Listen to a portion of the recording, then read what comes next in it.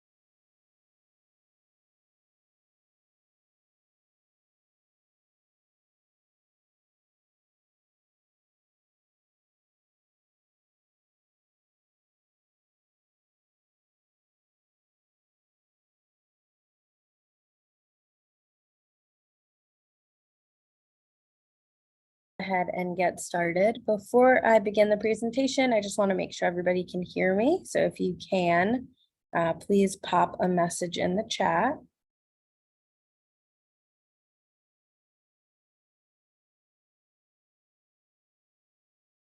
Oh, it looks like our chat might be disabled, so we will work. Oh, there we go. Okay. Good morning. Hi, Marilyn. Thank you. Welcome in, everybody. Feel free to introduce yourselves in the chat. My name is Vanessa. I'm a qualitative specialist here at Statistics Solutions. And today I'm going to be presenting on preparing to defend your research. So just before I get started, let me know, are you in the process of preparing your dissertation proposal, or are you all in the process of preparing your dissertation defense? Let me know where you are at this point.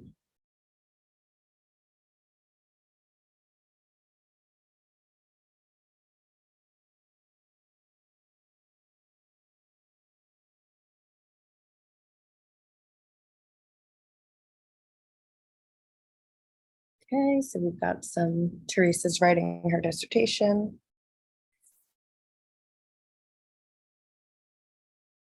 Okay, we've got another working on the defense. Okay, so it sounds like we'll have a mix. So today, all right, Marilyn's on chapter 1. Okay, perfect. So today I will focus on both preparing the presentation for your proposal and also the defense.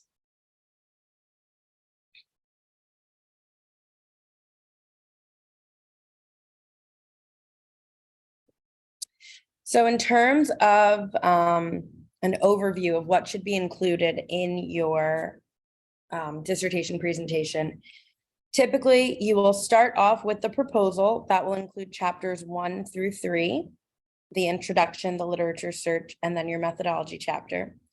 And then after you submit that proposal and you get your proposal approved, you'll go on to conduct your research. And then at the end, you will typically give a defense presentation, which will include all of the chapters. So you will recap chapters 1 through 3, and then you'll also present the findings and discussion from your study.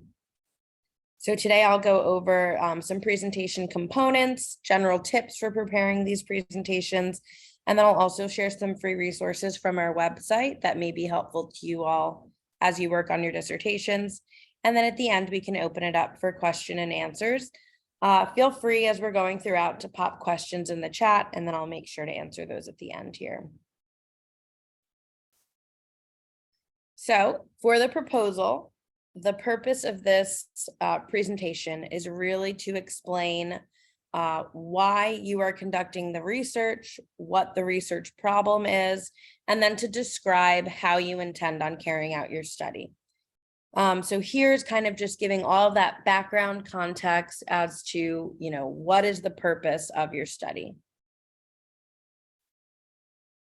The defense is different in that in the defense, you will again reorient the people watching your presentation to the purpose of the study and the problem of the study. And then you'll also go on to summarize the results that you've found give your interpretation of the findings, and then contextualize your study in the greater fields of literature. So explain where the findings that you've generated fit into what has already been found out there in this field that you're studying. So the components of the presentation only vary very slightly. So in the defense proposal, you will include, again, chapters 1 through 3. And then in the defense presentation, the final defense, you will include all of the chapters.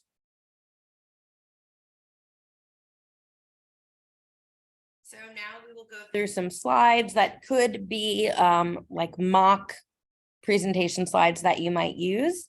Typically, you'll start off with your title slide where you'll include the title of your paper, your name, whether or not this is your defense or your proposal. You may also include your school name, and then you may want to list out your committee chairs or your reviewers on this slide as well. One caveat here as I go through these sample slides, always before you start working on your own presentation, check in with your reviewer to see if there's a standard template that they would like you to use. That's just going to ensure that you're including the information that's necessary and not making extra work on your end. On the slides I'll share today, this is pretty comprehensive of what you would expect to see in this type of presentation. So if your reviewers don't have a template for you, or you don't have a resource that you can access, you can refer back to these when we send the slides out, and this will be a good starting point. So typically you'll start the presentation off with an overview. Here you will want to give kind of a preview of what you'll be discussing in your presentation. So you may be talking about the background, the purpose of the study and your research questions, methodology, proposed analysis, and then you will open it up for questions. So here you're really just going to give them that basic agenda for what you're going to be talking about today. And you can pull the headings off of your slides for the whole presentation and just pop them into this agenda here.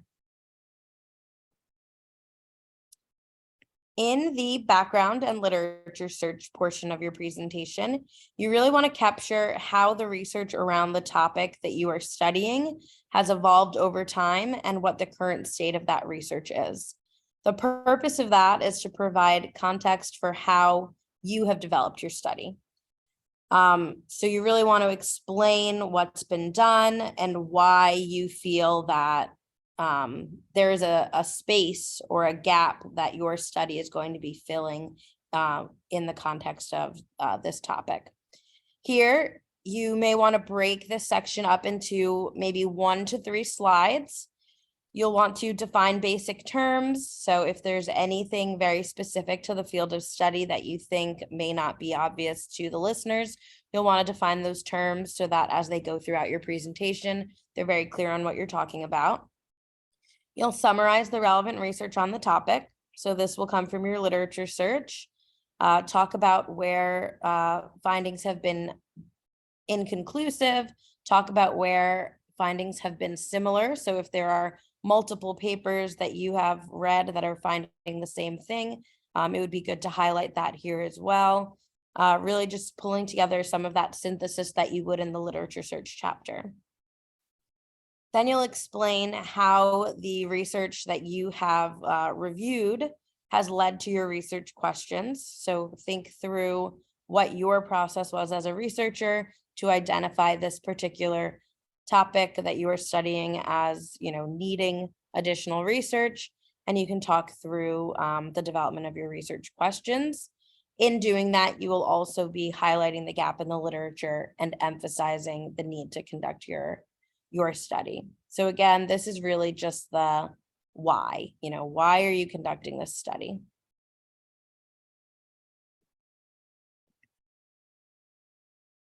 Next, you will go into your study purpose. So here on the screen, I have listed out, or I've put some templates of what you might write for either a qualitative or a quantitative study. This can also be used in your paper if you're still in the process of writing and you're putting together your purpose statement. These templates can help you with that as well. The research problem and the purpose are really what drives the need for your study. So when you are setting this up, it's really important that it's built on a firm foundation of literature. So you want to be very familiar with what's already been done through that first slide in order to have a strong backing for the purpose of your study here. So just to go over these examples, if you are doing a qualitative study, the language that you use around that study is going to be very different from a quantitative study. In a qualitative study, you're typically looking at perceptions, thoughts, feelings, and you're really trying to describe those things from the perspective of participants. Whereas in a quantitative study, rather than exploring perceptions in the sense that you really want to hear how people describe themselves, you are looking to examine or compare groups or identify differences. So the language that you use in these purpose statements is going to be an indicator of what type of study you are doing. So just be cautious of that as you are putting your purpose statements together. Make sure that you are using language that is appropriate for the specific study that you have that you've developed. That is going to make sure that there's no confusion on your reviewers' end on what's going on here. And this will carry forward in your research questions as well.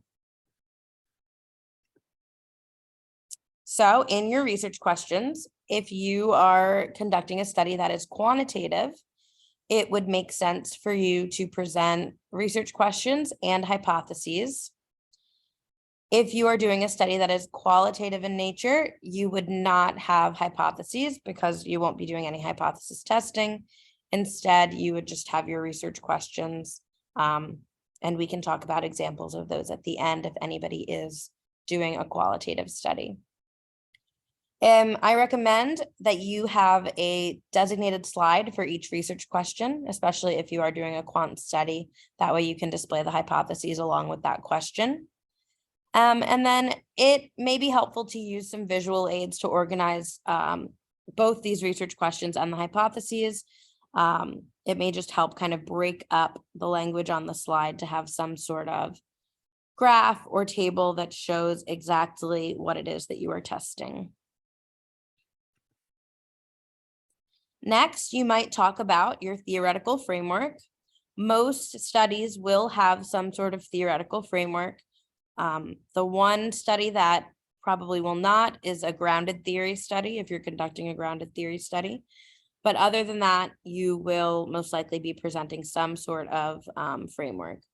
So in doing that, you should be naming the framework, talking about what the framework was developed for, maybe who it was developed by. And then you'll want to talk about the connection of this framework to your study. I also recommend including some sort of visual of what the framework is, whether that's a conceptual model or something that you develop yourself, to show the readers exactly what it is that you're working with. This framework should be peppered throughout your dissertation. It should inform the development of your instruments or the use of your instruments and potentially the analysis process as well. So I just recommend as you're going through your literature search to really dig deep into where these frameworks have been used to determine if they're applicable or appropriate for the study that you are going to be conducting. So here you see I'm presenting the ecological model.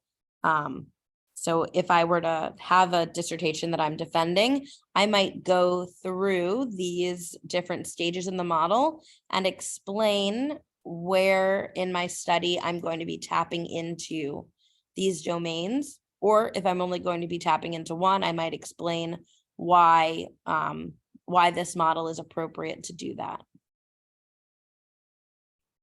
So one example, if you have a qualitative study and you're guiding that study through the ecological model, you might say that your interview questions that you are going to be asking people during your qualitative interviews are hitting on these domains. So you're asking them about some individual characteristics, then relationship, then community.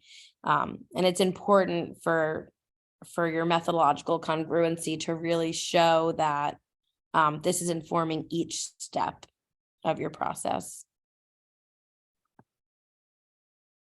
Next, you will talk about your methodology, and here you want to be not only identifying the method and design, but justifying why it's appropriate.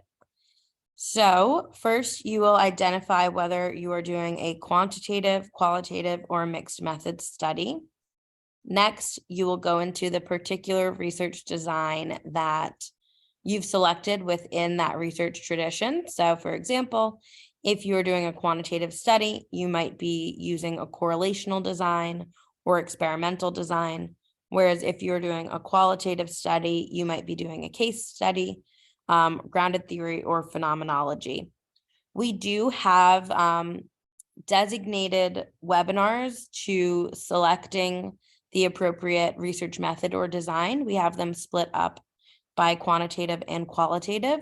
So if you are not yet sure what design fits best with your study, I recommend checking out our webinar archive library.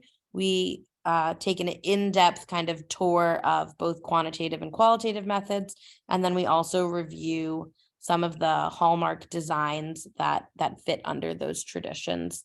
So that may be a helpful resource for you all. Then once you've identified the type of study you're doing, you need to explain why this study was selected. So to do that, you are going to highlight the purpose of that particular method or design and draw connections to your study. So for example, if you are doing a study or you have research questions that are looking to explore the relationship between two variables like smoking and cardiovascular outcomes. If you are just wanting to explore the relationship, then a correlational study might be appropriate based on the purpose and the research question of that study. So that could be some justification for why you've selected that research design. The nature of a correlational study is to examine relationships, and that's exactly what you want to do. Another example for the folks who are doing some qualitative research, if you have a research question that says you want to understand the lived experiences of teachers in the United States. Lived experiences kind of sets off alarm bells for a phenomenological study. So each of these studies has kind of their set criteria, and based on the research questions and the purpose statement you've developed, that will drive which one you select for your study and the justification.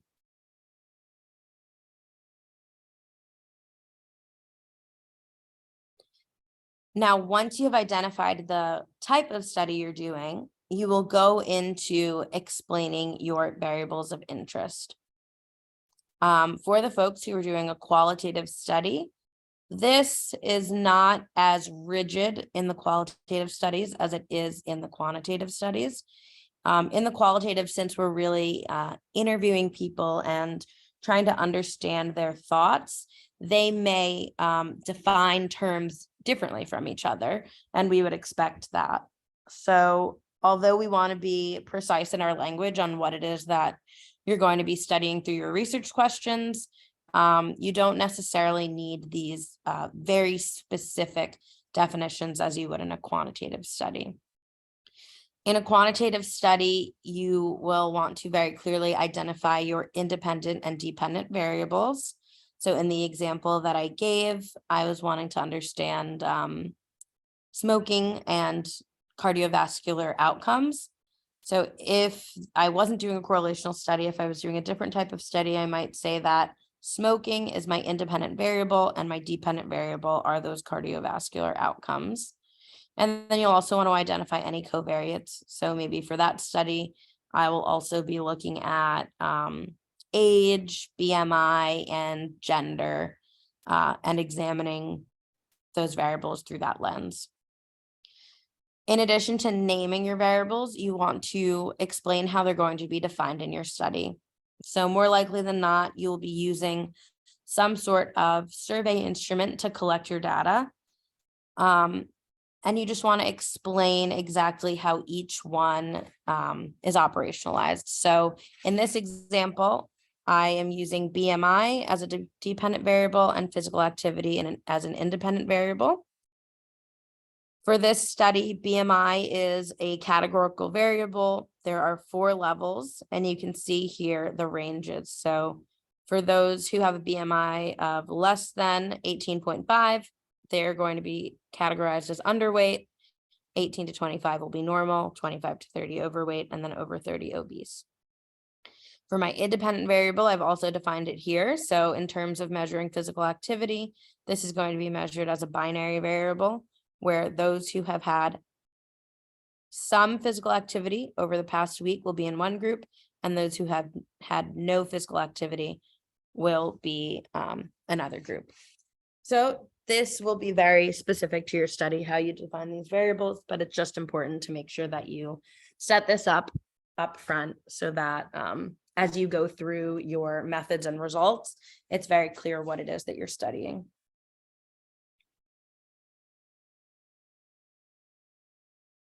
Now, next you will talk about your methodology, and the first part of that is going to be your participants and your sample size. So if you are in the proposal phase, you are going to be explaining how many participants you intend to recruit. The way that you will do that is either through your literature search or through a power analysis. If you are doing a study that's qualitative, you may find in the literature that there are very distinct recommendations per research design on how many participants are needed to reach saturation. So that is where you will kind of find those numbers. And then if your study is quantitative, you can run a power analysis to see what is appropriate for the population that you're studying. And we do have resources for both of those items on our website as well. So I'll make sure that we share that for anyone who's interested. In this slide, you'll also want to explain what the population is for your study. So if I was wanting to study the perceptions of teachers in the United States, let me change that. If I wanted to study the perceptions of teachers during COVID-19, we'll say, my population would be teachers in the United States. And then my sample would be the teachers who actually participated in my study. So here you'll just want to draw that distinction between your population and your sample and explain how you intend on recruiting that sample. So will you be having some type of flyer that you distribute at a local school? Will you be posting on Facebook? Will you be emailing people? You know, how are you getting those participants to find out about your study and to join it? And then how are you going to collect the data from them once they have agreed to participate? Are you going to be doing in-person data collection where you interview them or you give them a survey in person? Or will you be administering your survey online? Whatever it is, you'll want to identify that here. You'll also want to talk about the eligibility criteria. So if I'm doing a study of teachers, I might say, in order to participate, they must have 3 years of teaching experience. Maybe my study is even more specific. Maybe they must be an English language teacher or a math teacher. So whatever it is for your study, those kind of defining criteria that people need to meet in order to participate, you'll want to outline that here. And then again, you'll have that sample size and how you determined the sample size. So if your study is qualitative, you might cite literature where that sample size has been used before. Or if you're doing that quantitative study, you might provide the findings from your power analysis here. Next, you will describe the data sources and the collection process. So depending on the study that you're doing, you might have multiple data sources. For example, if you have a case study, you might be conducting qualitative interviews. You might also be doing some sort of observation of your participants or reviewing documents. So if you've got those multiple data sources or multiple survey instruments, you want to make sure to identify each of the instruments that you're using and explain the order through which they're going to be administered. You'll also want to talk about your recruitment process. So here you can see that for this study, participants were recruited through two methods. They were recruited through a partner site. So maybe that was through the local school. They were also recruited through social media advertising. Once participants were recruited, they were screened for eligibility based on the inclusion criteria for the study. And then those who were eligible completed an informed consent process. And after that, they were enrolled in the study and completed the measures for the study, which in this case were a demographic survey, measurement of BMI, and then a survey of depressive symptoms. So having some sort of clear visual of exactly what the process is for your study can be helpful on this slide to just make it very clear exactly what they're doing and how they're becoming engaged with you. So some tips for the methods section. It should be written in a very step-by-step way. You want to make sure that it is written in a way that if someone were to read it, they could just pick up that slide or those few slides and conduct that study themselves. So a few things that you want to make sure to include are how you're going to be collecting the data, the frequency of those data collection events. So are you collecting data over time? Are you meeting with participants multiple times? If you are, you'll want to be clear on what that schedule of data collection is. And then if there's any follow-up procedures after you collect the data. So are you going back and sharing your qualitative themes with the participants and asking them, their thoughts? Are you validating your study in that way? If you are, you'll describe that.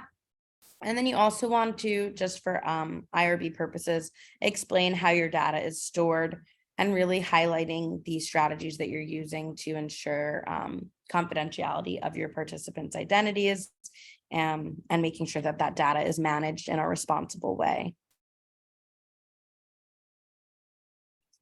And then once you have completed your methodology section, you are going to explain how to analyze your data. So if you are proposing this study for the first time, this will be the last kind of large piece of the proposal presentation. You will be talking about the tentative analysis plan that you intend to use.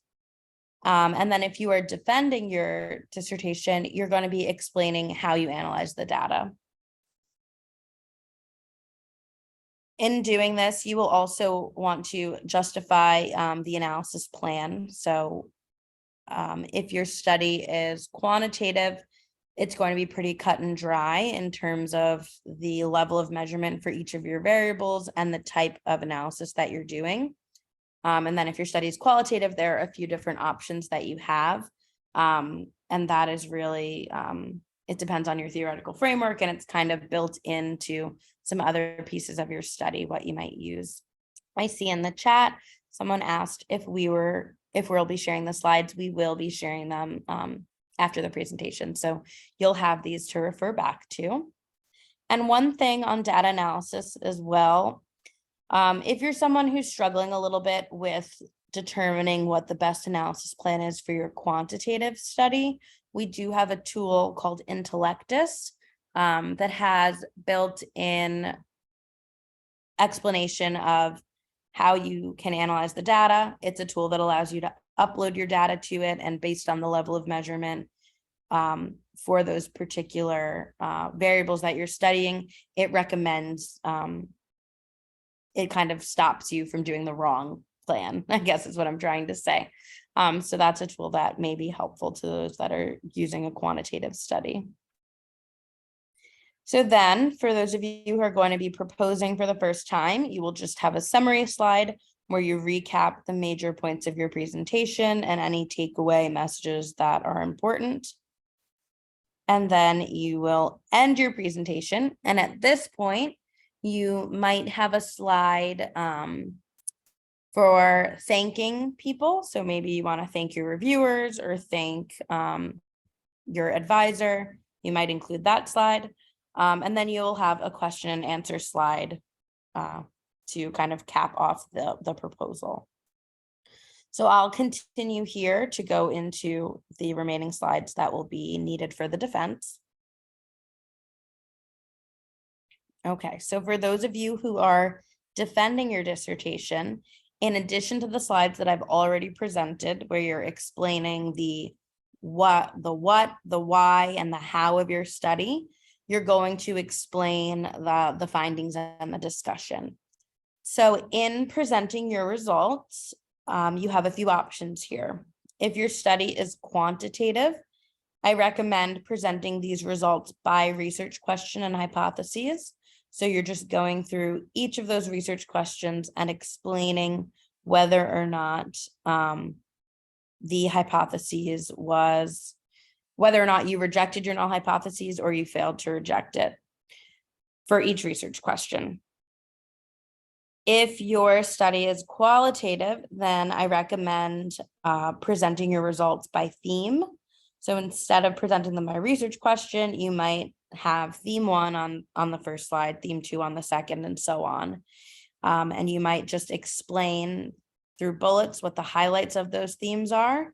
And then you can use some of your participant quotes to pull in illustrative quotes that support that theme.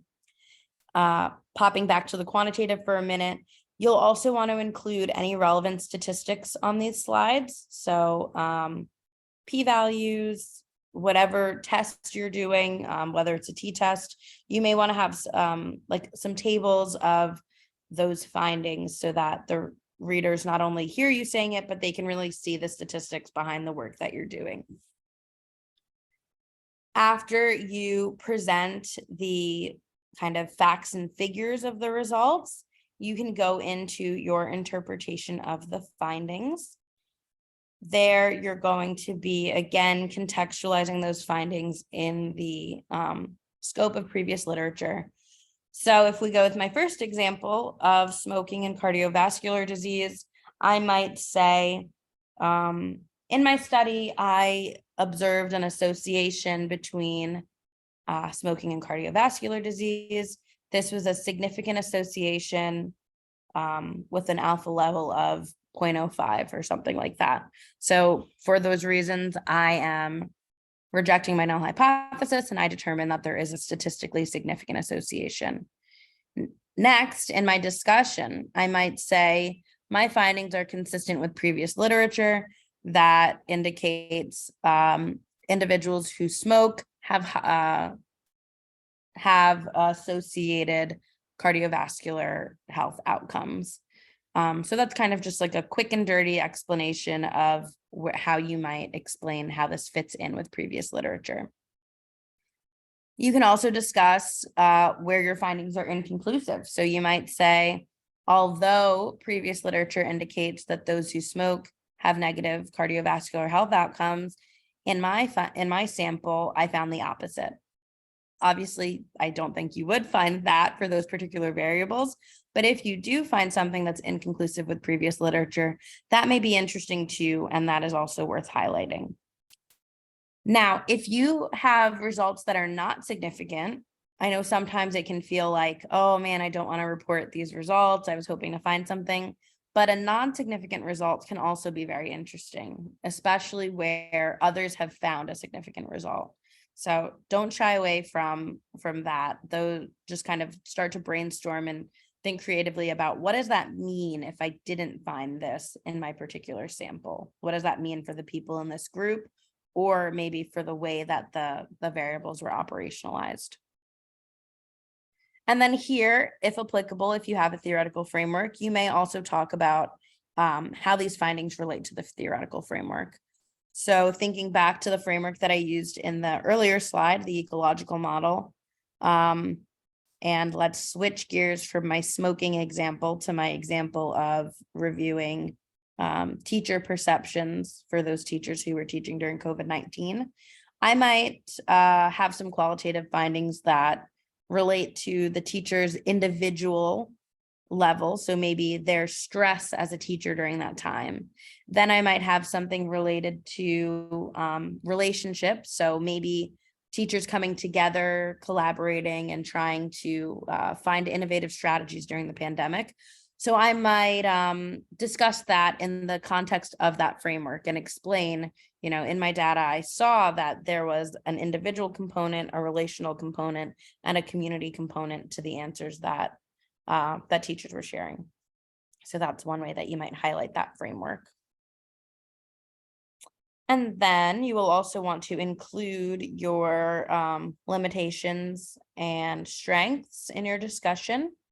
So here in this example, I'm specifically calling out limitations and strengths in data collection. You don't need to call out a specific area, but this was just one way to conceptualize it. But you can really kind of run the gamut and think through your whole study on what are some important limitations or strengths that you really want to highlight. So you will list out the strengths and describe any implications that they have towards generalizability and the trustworthiness of your data. Specifically, if you're doing a quantitative study, generalizability is an important component to consider here. You'll also want to discuss the rigor of your work. So maybe the specific statistics that you used or the instruments that you used. You can be highlighting that the instruments are validated, and so they are strong measures of the variables that you're looking at. Or you might explain, like, for example, if you're doing a regression model, explain that you have a regression model with very good fit.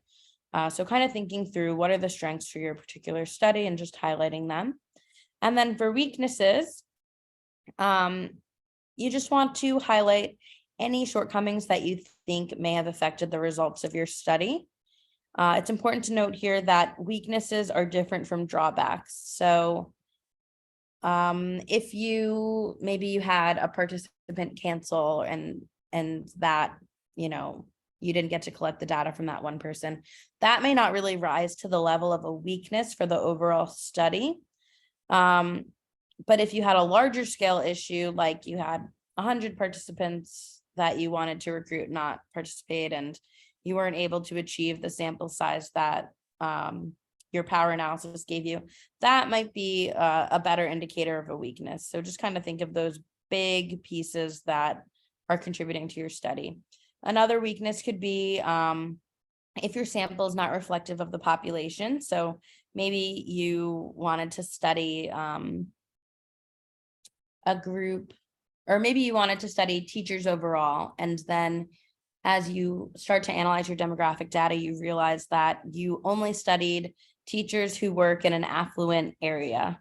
So you may not be capturing the experiences of those who don't. So that might be a weakness. Weaknesses can also be rooted in the type of research design or method that you used, or even your sampling strategy. So as you do your literature search and read about the different designs, I recommend just noting some weaknesses that are kind of normally traditional for those studies. So for example, if you're administering surveys, there may be some social desirability bias where people are reporting answers in a way that makes them kind of appear better. So that's one thing you might want to consider. If you're doing a correlational study, a weakness could be that correlation doesn't determine causation. So kind of just thinking through some of those hallmark features and then reporting them back here. And then you will also want to talk about future directions. So through these future directions, you might be thinking about your weaknesses. What are some things that you would change if you were to conduct this study again? Or you might think about your findings. So if you found a novel finding or an inconclusive finding, that may be an indicator that additional research is needed. So you may, in your future directions, propose a different iteration of your study, where you're maybe operationalizing your variables a different way, or looking at it using a different research method or design. And then once you've done all that, you would have concluded your presentation. So then you would open the floor up for questions. You would also present your references. For the purposes of our presentation today, I will just share a few tips with you on this reference slide. So the first thing, as I mentioned earlier, check in with your school about a template. That is going to be your kind of guiding document on what exactly needs to be included in this presentation. for those who joined a little bit later, what I said earlier was, if you do not have a template for your school, this presentation is a pretty comprehensive example of what you should include. So you could follow this structure, and we'll be sharing the slides with you after today. So you'll have them to reference.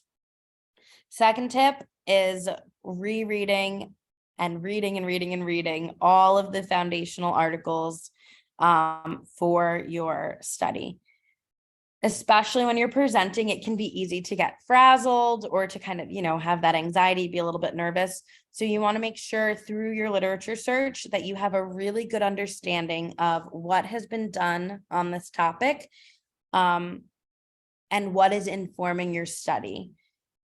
I recommend spending a good amount of time going through the literature so that when it comes time to present, it's really just ingrained in you and you can answer quickly when people are asking you questions about this particular topic so that you don't get stumped.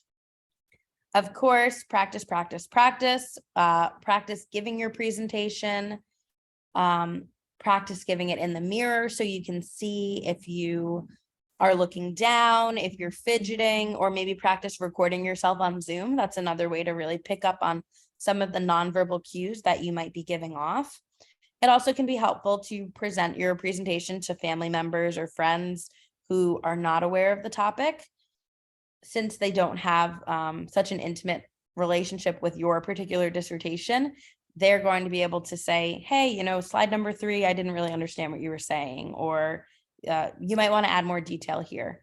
So practice with people who are not familiar to really identify the gaps in your presentation. When you're practicing, make sure to time yourself. This way you don't start to run over when you're live on the real day. And then I think the biggest tip that I always have is to anticipate the questions that the reviewers or the audience might ask and prepare some slides to answer those questions. So an example of this, I presented a study where the sample was largely all one race, and they were a higher socioeconomic status. And so one of the questions my reviewers had was, well, how does this fit? Because you're not including minority groups in this study. And that was something that I knew was a weakness in my study. It was a secondary data analysis, so I didn't have control over who the participants were. I just had the data set. And so to anticipate that question, I had a dedicated slide at the end of my presentation, just in my back pocket, kind of, with the demographic breakdown of the study to show, how many people represented racial and ethnic minorities. So just kind of confront those weaknesses head on and have slides prepared to talk about them. And it may be as simple as saying, yes, that is a weakness of my study. Let me show you this slide where I explored it further. So just kind of have those things prepared. Next, I recommend not reading your slides verbatim. So I know it can be, again, nerve-wracking to present, but through practice, try to develop some sort of script where you don't have to read everything directly off the slide, and you can have less wordy slides that are really just highlighting the main points, and then you can further explain throughout your discussion vocally. In terms of graphics are a great visual tool for presentations. I definitely recommend using them specifically for things like the process of your study. So, what is the chain of events that participants go through in order to participate, any timeline related things. Your demographic data may also be a good place to bring in graphics, but try not to go overboard. So if the graphic is not contributing in a way that is making it easier to understand the information, then I would just take it out. So just kind of determine there what makes the most sense. And then another helpful tip, if you know of other people who are defending their dissertations, or maybe you go on YouTube, I recommend just watching other people do it, just to get comfortable with the process, the order of things, and to see what some of the questions people are asking at the end of the presentation. Also, going back to point 7 here, my favorite point. When your reviewers read your proposal, they're most likely going to give you some sort of written or verbal feedback. You may want to prepare your backup slides around that written or verbal feedback. So if they seem hesitant about anything in the presentation or in the paper that you've given them prior to the presentation, you may prepare a slide for that specific topic, just so that you know if it comes up again, I'm prepared and I can address it. So after your references, you will most likely thank your chair, committee, your family, friends, whoever in your life is getting you through this PhD program. And then that will conclude your presentation with your resources. In terms of resources, I do want to share a few resources with all of you as you work on your projects. We have a bunch of free resources on our website, from blog posts to webinars. We also have templates and tools. So again, you'll get a copy of these resources and these slides, so you'll be able to click these hot links. But some examples that I'll point out are blog posts on PowerPoint presentations. We also have one on dissertation consulting, because we do offer full service dissertation editing and consulting with all of the chapters. So we help with chapters 1 through 5. We also create PowerPoint presentations for students for both the proposal and the defense.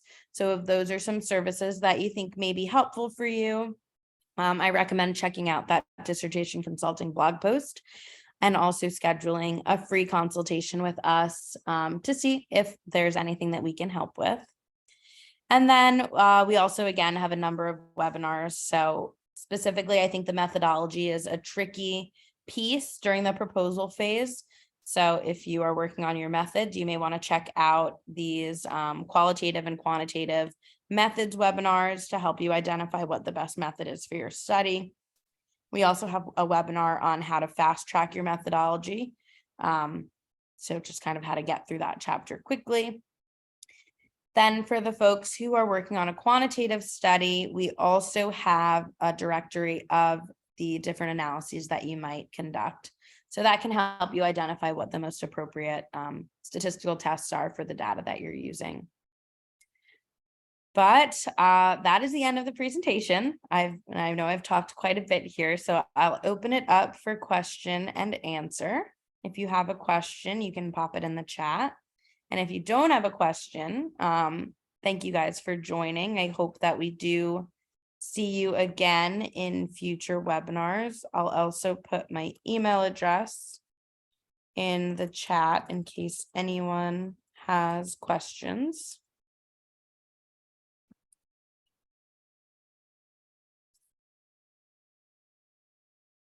Thank you, Teresa. Thank you, Marilyn. Thank you for joining.